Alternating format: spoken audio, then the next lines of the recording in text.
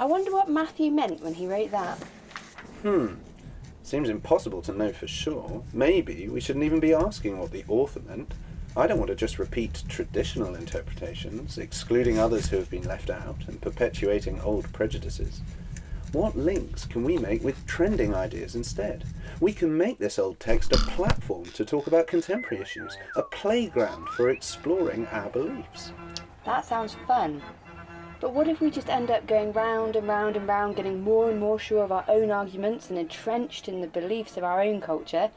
Ends up a bit monochrome. If I just use this text as a mirror for my agenda, I'll never hear another point of view from it, or learn from it, or be challenged by it. I'd love to imagine that when I read, it's like an author from a totally different culture and era showing me what the world looks like from their point of view. They'd share ideas that I've never thought of and challenge my own biases. I guess it might sound fanciful, but surely it's possible, if language is a gift from God, given so that we can actually communicate with Him and with other people. I'd love to imagine that reading gives us the possibility of communication with a real, genuine other. Sounds better than playing in a playground with my own reflection. It does sound good. If it is really ethical, it's all very well me having a cosy chat with an author, but what about the people excluded from that conversation?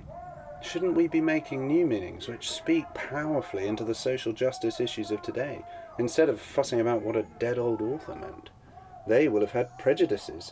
If we imagine the author has authority over what a text means, are we just perpetuating their biases? Can we read a problematic author without being part of the problem? But who isn't problematic? Trying to really understand an author doesn't mean agreeing with them. I guess I don't win the ethical high ground by refusing to listen to an author and just rehearsing my own wokeness. But even if it seems good to understand what an author meant, are we just being unbelievably naive? Language seems so easily deconstructed. An author writes using signs, but they can't control what the signs mean. The signs just point to other signs, only able to express a system of differences, always deferring meaning. That makes communication sound hopeless.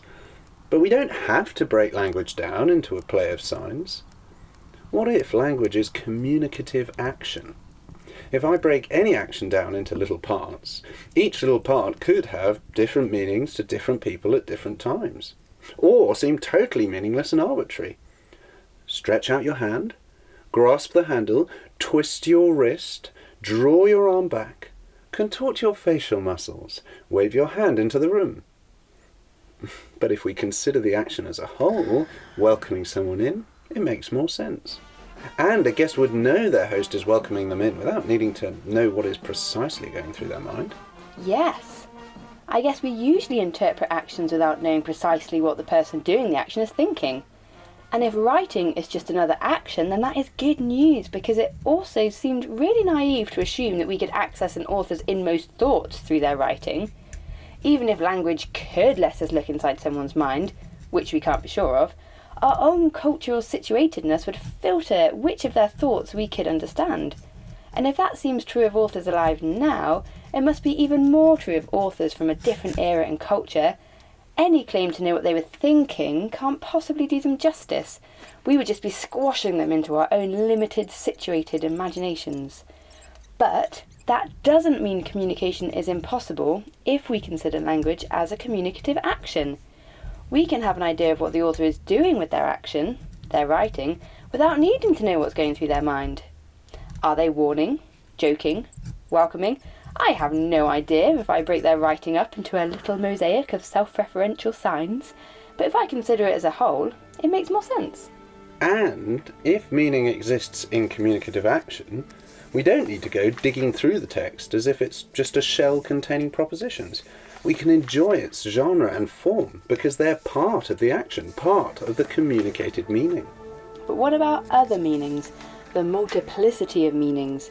Even if the author can communicate meanings through their actions, the text they create gets a life of its own and endless other meanings. Yeah. When I read, I like asking all sorts of different questions that show up all sorts of different meanings. Like, what was the social status of women when this was written? Or how is this text used for that political agenda? Or how does this make me feel? But I guess I needn't ignore the author's meaning just because I can find other meanings. I've heard people say we have an ethical obligation to the author. Perhaps we should do to other people's texts what we would have them do to ours. Yeah, I guess I wouldn't want someone taking something I'd written and intentionally misinterpreting it, using it for their own agendas. I guess it comes down to if the author is someone I really want to know, like a friend who wrote a letter. And if I'm reading the Bible and believe that the ultimate author of the Bible is God, then my soul needs to know what the author meant. But it doesn't always seem that simple in practice. Even if we all agreed to ask, what is the author doing here? What do they mean? We wouldn't all agree on a meaning. It can seem like we just make up our own meanings, then try to make them sound credible by arguing that they are what the author really meant. Yeah. Sometimes I think that's just our power-hungry, fallen human nature getting in the way of our interpretations. Of course it's tempting to twist other people's words to sound like they back up what we think. But even if we're not just trying to back up our own opinions, we might still disagree on what the author meant because it is hard to listen well and understand. Each text has different layers of the author's meaning, and different questions show up those different layers, like what's the author saying, or what are they doing, what change are they trying to bring about. And everyone asks these questions from their own unique perspectives, bringing different descriptive frameworks and assumptions which might show different parts of the meaning, like different lenses. This many-layered, multifaceted meaning won't always seem straightforward and unified. With all these different layers and our own limitations, it does sound ridiculous to claim that we have perfectly grasped the entire meaning of the author's actions. But we can understand something, and that something is enough for real communication. Yeah, the thing that bothers me, though, is that when we're talking about the Bible, is that partial understanding enough for us to risk making big life decisions on? If people believe they know what this book means enough to be martyred for it, there must be more certainty. Have we actually heard from God when we read his word? I guess so far we've only really thought about looking for the meaning of human authors in general hermeneutics, and it does seem like human authors can communicate. Yeah. But if God's the author of the Bible, there must be something special about that. Special hermeneutics. How does God's communicative intention work in the human author's communicative actions?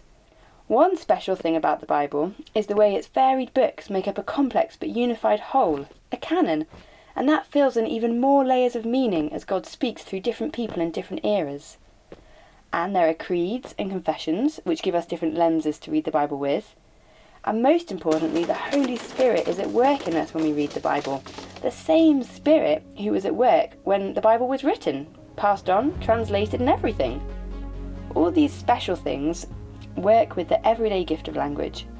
God speaks and communicates himself to us, and us communicating is part of what it means to be created in God's image. Of course our capacity to communicate is flawed because of the fall, but despite that, the gift of language is amazingly and graciously sustained by God and allows us to have real communication with him and one another.